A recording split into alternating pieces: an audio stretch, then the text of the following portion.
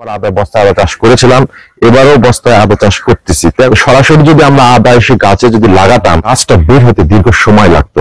কিন্তু যখন এটা আমরা একটা নির্দিষ্ট জায়গায় প্রথম বীজের অঙ্গবোধন করে দিয়েছি, সেক্ষেত্রে এটা অল্প দিনের মধ্যে এই আদার গাছটি বস্তায় আদা তাড়াতাড়ি এটা বেড়ে উঠবে।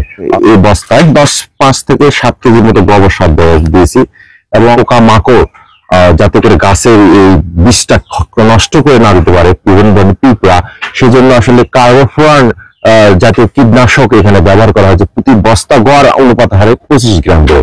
তাছাড়া দেওয়া হয়েছে টিএসপি দেওয়া হয়েছে 10 গ্রাম, এমওপি দেওয়া হয়েছে প্রতি বস্তায় 10 গ্রাম, জিন দেওয়া হয়েছে প্রতি বস্তায় 5 গ্রাম করে হারে। যে কটা বস্তা লাগানো প্রয়োজন সে কটা বস্তা গড় আনুপাতিক ভাবে এভাবে সার প্রয়োগ করা হয়েছে। বীজটা কিন্তু শোধন করে নেওয়া হয়েছে। এখন আমরা লাগাবো। আমরা 4 ইঞ্চি নিচে মাটির গভীরে আদা লাগালাম।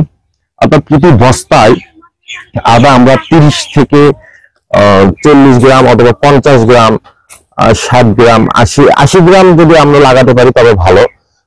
যদি এটা পরবর্তীতে উঠানো যায়, কিন্তু পিলা বলে যাকে হয়, সেটা আপনার হচ্ছে যে আদা লাগানোর হচ্ছে যে কয়েকদিন পর যখন গাছটা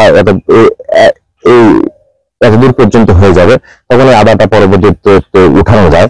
তো আমরা 4 ইঞ্চি মাটি থেকে বস্তার উপরিভাগ যে মাটি রয়েছে, তার ফলে মাটিটা কিন্তু অনেক সুন্দর এবং ঝুরঝুরে রয়েছে। আপনি দেখতে পাচ্ছেন আমার মাটিতে কিন্তু অনেক রস রয়েছে।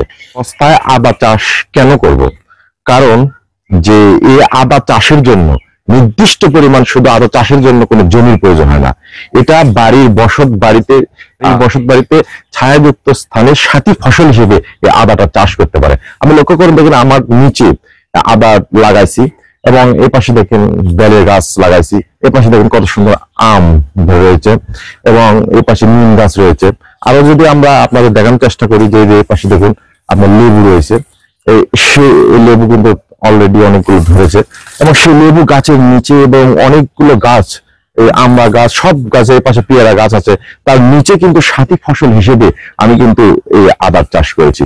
এই আদার চাষ করার ফলে আমার পারিবারিক যে আদার চাহিদা আর সেটা কিন্তু অবশ্যই পূরণ হয়ে যাবে। যাদের পরিত্যক্ত জায়গা রয়েছে, বাড়িতে আশপাশে আগিনায় 2-4টা গাছ রয়েছে, তারা আদার চাষ করতেই পারেন। এতে করে আপনার পারিবারিক যে আদার চাহিদা সেটা পূরণ হবে। যারা বিগ প্রজেক্ট অনুসারে আদার চাষ করতে চাচ্ছেন, তাদের জন্য আমার একটা পরামর্শ থাকবে, আপনারা সর্বপ্রথম 20, 30, 40 এভাবে বস্তায় আদা চাষ পদ্ধতিতে এগিয়ে যান। কৃষি বিপ্লব ঘটবে, যাতে করে কোনো ফসলই কোনো মানুষকে যাতে আর আমাদের আমদানি নির্ভর না নিতে হয়। সবাই ভালো থাকবেন, নিজের খেয়াল রাখবেন। প্রতিটি কৃষক ফিরে পাক তার ন্যায্য অধিকার, এটাই হোক আমাদের অঙ্গীকার।